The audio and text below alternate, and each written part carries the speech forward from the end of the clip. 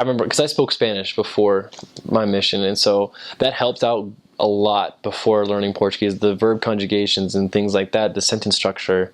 But they did have a bunch of words that were different. Like instead of saying but, like, oh, I like her butt, I would say eu gosto dela mas.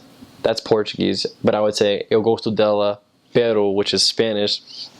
And so it confused me a little bit at the beginning, but in the long run, I could tell it helped me out a lot.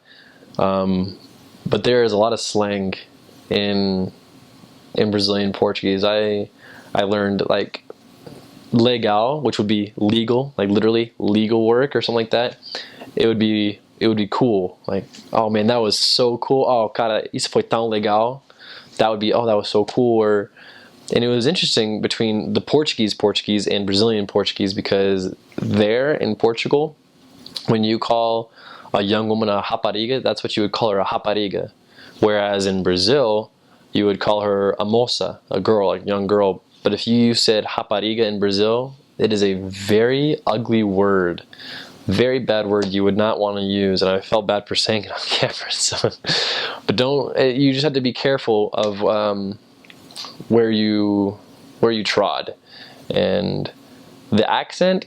It comes with time. Missionaries think that they get out there and they're going to start speaking the best Portuguese ever, but it comes with time and practice. When I feel like I clicked with the language was I was about 6 months out, where I feel like I was completely comfortable, where you could drop me anywhere in Brazil and I would be able to survive with the language skills that I had. And the accent, there are different things, like to say no. In Spanish you just say no, but in Portuguese it's no with an N, with an A, with a little squiggly line over the A, and an O, and that is a very nasal sound. You would say oh, no, and it would sound like you're saying noun, but like through your nose completely. So you'd say no, caminhão, buzinhão, and it takes a while to get with it, because pão is bread in Portuguese, but you can say pau, which is like a piece of wood or a stick. And people would get confused when you say pau, asking for bread, but they would give you a wooden stick because you couldn't pronounce it with a certain accent. And so you have to really work with your nose and the way you form your tongue. And like you had a little trouble with the LH, because it's Guarulhos. It's, you put the tongue on the top of your mouth and you kind of try to push the word out, Guarulhos.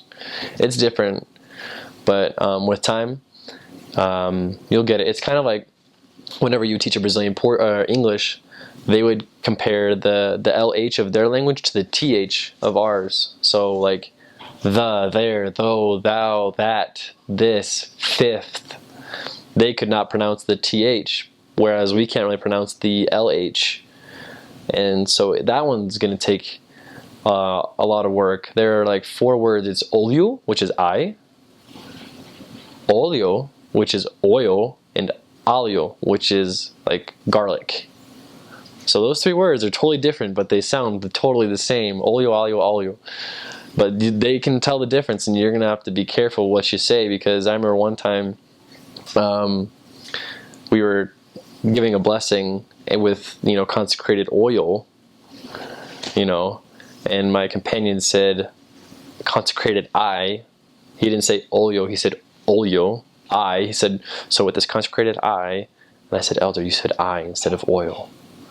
And so just little things like that, you have to really pay attention. If you practice with it every single day, like pronunciation and language time with your companion in the morning, that's going to make the biggest difference, where you can tell where a missionary actually speaks the language. I mean, I could confuse people where they thought if I said I was from the south of Brazil, they would believe me that I was Brazilian because of like the way I looked and the way I spoke. But you can tell another missionary who just had just as much time as you on the mission, but he spoke horrible Portuguese with a really thick accent. It all comes down to practice and pronunciation.